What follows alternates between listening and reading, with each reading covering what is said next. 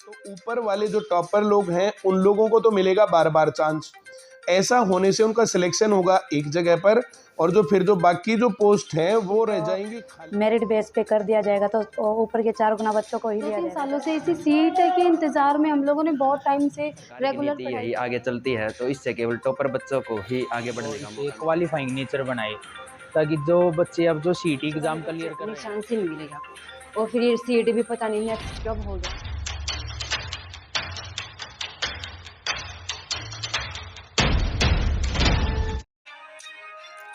हरियाणा में अनेकों जगह छात्रों ने सीईटी एग्जाम प्रक्रिया को गलत बताते हुए अपने मांग पत्र जिला प्रशासन के माध्यम से मुख्यमंत्री के नाम लिखे। लगातार छात्रों द्वारा सीईटी एग्जाम प्रक्रिया को रिव्यू करने के लिए अपील की जा रही है। सीईटी परीक्षा दे चुके विद्यार्थियों ने मुख्यमंत्री के नाम ज्ञापन सौंप कर सीईटी पेपर को क्वालिफाई नेचर का बनाने की मांग की है। विद्यार्थियों का कहना है कि सीईटी के पेपर में 4 गुना उम्मीदवारों को बुलाने का प्रावधान किया हुआ है। हम आपको बता दें कि छात्रों का कहना है कि विभिन्न भर्तियों में एक ही उम्मीदवार बार बार रिपीट होगा, जिसके कारण एक ही कैंडिडेट का कई जगह चयन हो जाएगा, जिसके कारण भर्ती प्रक्रिया पूरी नहीं होगी व बाधित रहेगी, जिसके कारण कोर्ट केस व दूसरी समस्याएं आएंगी। छात्रों ने मांग की है कि सीईटी भर्ती प्रक्रिया का रिव्यू किया जाए और विशेषज्ञ से सलाह ली जाए। हम इस विषय में और अधिक चर्चा के लिए आपको ले चलते हैं ICS कोचिंग सेंटर, जहां हम बात करेंगे छात्रों से व परिमल कुमार से और जानेंगे कि सरकार को कैसे इस नियम में संशोधन करना चाहिए।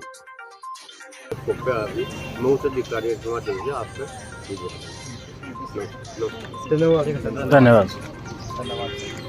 सर। जैसे सीईटी एग्ज़ाम को लेकर के हम तो सरकार से यही डिमांड रख रहे हैं कि वो इसे क्वालिफाइंग नेचर बनाए, ताकि जो बच्चे अब जो सीईटी एग्ज़ाम क्लियर कर रहे हैं उनको फिर जो जॉब्स वगैरह सी ग्रुप की जॉब्स वगैरह के लिए जो फार्म अप्लाई करेंगे तो सबको दोबारा से एग्ज़ाम देने का मौका मिले। और जो ये गवर्नमेंट का मतलब जो हम सुनने में आया है कि वो बोल रहे हैं कि उनमें से सीईटी एग्ज़ाम जिन्होंने क्लियर किया है उनमें से टॉपर से ही 4 गुना उठाए जाएंगे। अगर टॉपर से ही 4 गुना उठाए जाएंगे तो सिर्फ बार बार उन्हीं बच्चों का ही नाम लिस्ट में आता रहेगा, उन्हीं का सिलेक्शन कई जगह हो जाएगा, अदर्स को तो मौका ही नहीं मिलेगा। मेरा नाम सीमा है और हाँ जी, सीईटी जैसे बहुत सारे हम जैसे बच्चे जो तैयारी कर रहे हैं 2-3 सालों से इसी सीईटी के इंतज़ार में हम लोगों ने बहुत टाइम से रेगुलर पढ़ाई की है, लेकिन अब कह रहे हैं कि उनको ऐसे ऊपर वाले 4 गुना बच्चों को ले लेंगे। तो ये मेरे ख्याल से ये चीज़ें ठीक नहीं है, क्योंकि इतने बच्चे तैयारी कर रहे हैं और बार बार आप वैकेंसी निकाल रहे हो तो वही बच्चे बार बार क्वालिफाई करके उसी में आ रहे हैं, तो पीछे वाले बच्चों को कहाँ मौका मिल रहा है। तो हम ये चाहते हैं कि सीईटी के लिए क्वालिफाई नेचर करें और जितने बच्चों के लिए जो एलिजिबल हैं उनके लिए टेस्ट हो और उन बच्चों को एक समय के अंदर ही उनके लिए पदों की भर्ती की जाए। मेरा नाम मोहिनी है। सर सीईटी एग्ज़ाम को लेकर मेरा ये राय है कि जैसे हमने सुना ये बात कि सीईटी के लिए 4 गुना बच्चों को लेने वाले हैं, अब ये 4 गुना बच्चों को ही ले लेंगे, बट वो प्रोसेस पूरा होने में हमारा 1-1.5-2 साल इतना जाएगा। फिर वही 4 बच्चों को हमारा हर बार हम वही उन्हीं को मौका मिलेगा, और जो नीचे वाले बच्चे उन्हें चांस ही नहीं मिलेगा, और फिर ये सीईटी भी पता नहीं नेक्स्ट कब होगा। तो फिर इस वजह से हमारा यही है बस कि ये क्वालिफाई करें ताकि हम हर एक बच्चे को पूरा चांस मिले हर एक पेपर में।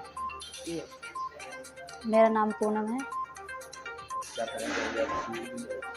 जैसे कि हमें पहले बताया गया था कि सीईटी का जो नेचर होगा वो क्वालिफाई नेचर का होगा, लेकिन अभी हमें सुनने को आया है कि जैसे सीईटी का मेरिट बेस पे कर दिया जाएगा तो ऊपर के 4 गुना बच्चों को ही लिया जाएगा। अगर ऐसे ही रहा तो सबसे पहले तो उन्हीं बच्चों का हर एक फील्ड में सिलेक्शन उन्हीं का होगा, क्योंकि ऊपर से तो ऊपर वही रहेंगे। और हमारी प्रोसेस इतनी स्लो है कि ये नहीं पता एक भर्ती जो अगले साल होनी है वो अगले साल भी होती है, ये ऐसे ही पोस्टपोन होती रहती है। बस हमारा सरकार से ये निवेदन है कि जो हमारी भर्तियाँ हो रेगुलरी बेस पर हो और हर एक बच्चे को ये सारा मौका मिले।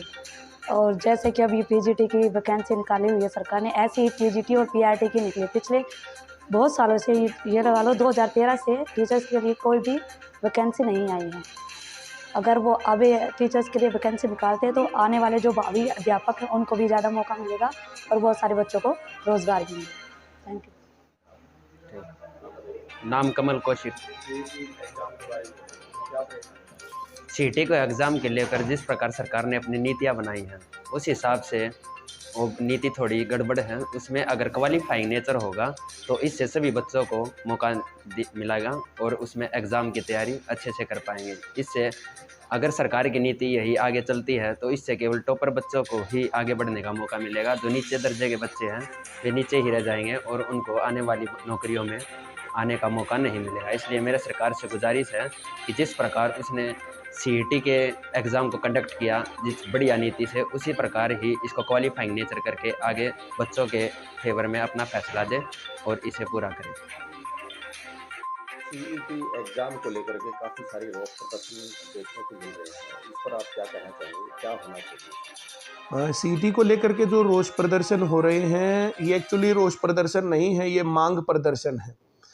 जैसे हमारी सरकार ने बहुत सारी मांगें मांगनी है, हम लोगों ने ही मांग उठाई थी कि बिना खर्ची बिना पर्ची का जो है फेयर सिलेक्शन होने चाहिए, जिससे कि पढ़ने लिखने वाले गरीब बच्चे भी जिनके अंदर काबिलियत है वे आगे बढ़ें, और सरकार ने ये मांग हमारी मानी थी। उसके बाद फिर अगली बात आई कि बहुत सारे जो है भ्रष्टाचारी लोग जो है पनप गए, बिचौलिए पनप गए, वो पेपर लीक करवाते थे किसी भी प्रकार से एजेंसियों से मिल करके और बाकी काम करके, और कहीं कहीं पर जो है ऑनलाइन एग्ज़ाम में उस एग्ज़ाम सेंटर की ही सेटिंग कर लेते थे। तो वहाँ पर मोबाइल जो है कंप्यूटर को हैक करके और बाहर से ही जो है सेटिंग करके बच्चों का पेपर पास करवा देते थे।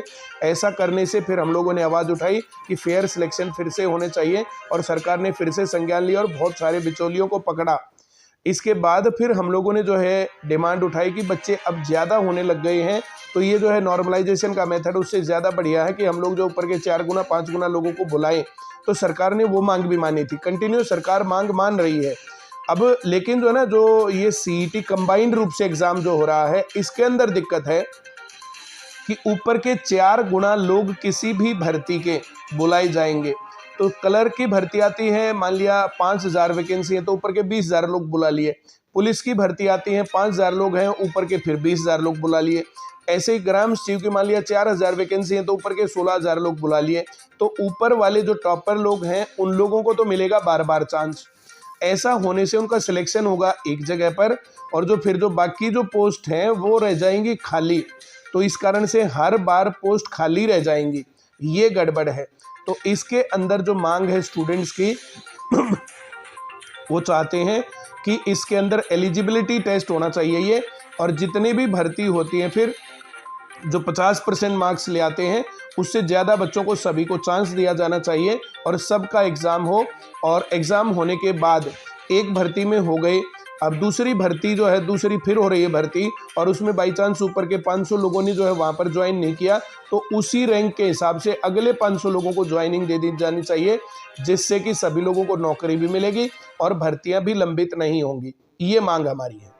जैसे सरकार में बैठे कुछ जो शिक्षा के ऊपर जो काम करते हैं, जो अधिकारी हैं, जो नियम कानून बनाते हैं, क्या उनको इन चीज़ों के बारे में नहीं पता होता कि इस तरह की गलत नीतियाँ वो बनाते हैं इस प्रकार से? सर जो है ना, जैसे कोई भी नई नीति बनती है, पॉलिसी बनती है, तो कुछ ना कुछ चूक रह जाती है।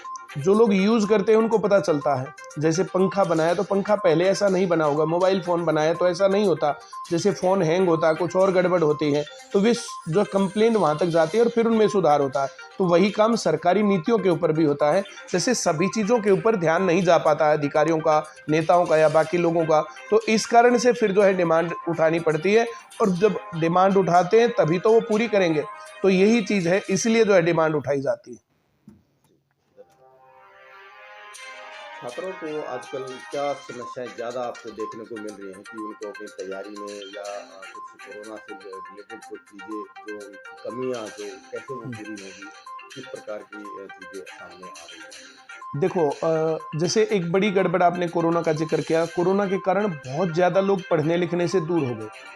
जैसे जो बच्चे 10वीं क्लास में थे, कोरोना आ गया, फिर उनकी कोरोना में 11वीं हो गई, कोरोना के कारण ही 12वीं पास हो गई, तो उन लोगों ने 3-4 साल पढ़ाई नहीं, जबकि ये साल थे ज़िंदगी बनाने वाले साल। और कोरोना के कारण बहुत सारे लोगों ने जो उस टाइम पर जो है नशे का रास्ता भी पकड़ लिया, बहुत लोग जो है बहुत युवा नशे जो है करने लग गए हैं, तो ये गड़बड़ का काम है। और उन लोगों ने पढ़ाई लिखाई बिल्कुल छोड़ दी है। तो ये तो पेरेंट्स को जो है देखना पड़ेगा, उनका बच्चा अगर पढ़ नहीं रहा तो कल को वो गलत रास्ता पकड़ेगा ही पकड़ेगा, बिना पढ़े कैसे काम चलेगा। जितने लोगों ने ज़िंदगी बनाई है, अपनी ज़िंदगियों को बहुत अच्छे लेवल पर लेकर के गए हैं, तो वो अच्छी पढ़ाई है। अगर बच्चे पढ़ रहे हैं तो सही है, बच्चे पढ़ नहीं रहे तो घर वालों को चिंतित होना चाहिए इस बात के लिए कि अगर एनर्जी सही डायरेक्शन में नहीं जा रही तो गलत डायरेक्शन में तो जाएगी। जब तक घर वालों को पता चलता है तब तक मामला बिल्कुल बिगड़ चुका होता है। तो ये काम जो है बच्चों को ध्यान देना पड़ेगा, पेरेंट्स को ध्यान देना पड़ेगा, अपने बच्चों को संभालना पड़ेगा, ये गड़बड़ है। अगली गड़बड़ जो लग रही है, जो बच्चे तैयारी कर रहे हैं, तो काफ़ी लंबा समय हो गया भर्तियां नहीं हुई हैं। पुलिस की भर्ती भी लंबित चल रही है, बाकी भर्तियां भी लंबित चल रही हैं। अब ये भर्तियां पूरी होंगी तभी तो नई भर्तियां आएंगी। तो इस कारण से जो ये लंबित भर्तियां चल रही हैं, ये गड़बड़ चल रही है। तो सरकार से हमारी डिमांड है सभी लंबित भर्तियों को जल्द से जल्द पूरा करें और अगली भर्तियों के ऊपर फिर से आगे जो है कार्रवाई करें, आगे बढ़ाए इस काम को। हम लोगों का इस पार्ट के ऊपर ये कहना है कि भर्तियां सरकार को रेगुलर करनी चाहिए, हर साल भर्ती करनी चाहिए। मान लिया उनको 5,000 लोग ही लगाने हैं तो 5,000 लोग एक साथ ना लगा करके हर साल 1,000 लोग लगाएं। उससे सरकार की छवि भी सुधरेगी, बच्चों के अंदर पढ़ने की प्रवृत्ति भी आएगी और चीज़ें आगे भी बढ़ेंगी। जैसे टीचर्स लगाने हैं, एक साथ 20,000 लगाने की बजाय 2-2 हज़ार हर साल लगाएं, 3-3 हज़ार हर साल लगाएं। ऐसा करने से बच्चे पढ़ेंगे, उनको बार बार मौके मिलेंगे और उनको आगे बढ़ने का मौका मिलेगा। चाहे नौकरियां उतनी ही लगानी है, लेकिन उनको इस प्रकार से तोड़ के करना चाहिए, उससे कैलिबर निखरता है। और बार बार जैसे बाई चांस कोई बच्चा एक पेपर में कमज़ोर रह गया, कर नहीं पाया, तबीयत खराब हो गई, एक टाइम पर वो पढ़ नहीं पाया, तो उस कारण से जो है यही उम्र होती है बच्चों की, ब्याह की, शादी की, यही उम्र है पढ़ने की, करियर बनाने की। बाई चांस किसी पेपर के आगे जो है बच्चों की शादी आ रही है तो फिर वो कैसे करेंगे, उनका जो है वो मामला डिस्टर्ब हो जाता है। तो बार बार भर्तियां निकलेंगी तो बार बार उनको चांस मिलेगा, मौका मिलेगा। ये मेरी जो है प्रशासन से और सरकार से मांग है।